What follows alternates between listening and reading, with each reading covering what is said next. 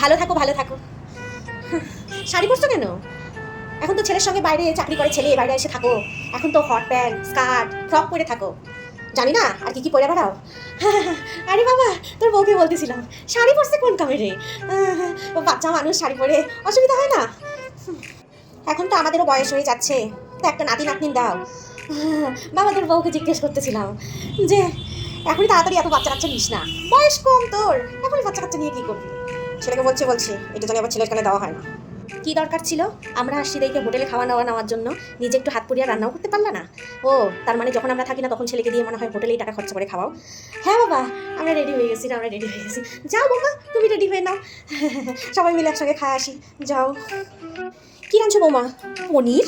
পনির তো আমার বাবু খাই না, পনির দেখলেই বাড়িতে ক্যাচাল শুরু করে দিত। ও পনির খায় না?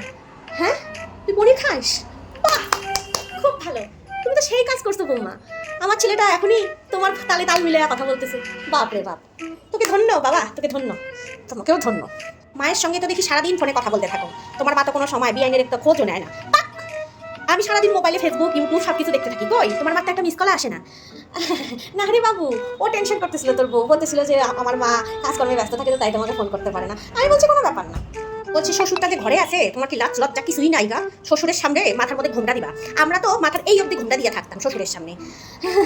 আরে বাবা, ওই যে তোর বউকে বলতেছিলাম ঘোমটা দেওয়ার কি আছে, তুমি চাইলে হট প্যান্ট পরেও ঘরে থাকতে পারো। আসলেই তো আমরা তো বৌমারি নাই, আমরা আনছি ঘরের লক্ষ্মী, ঘরের মেয়া।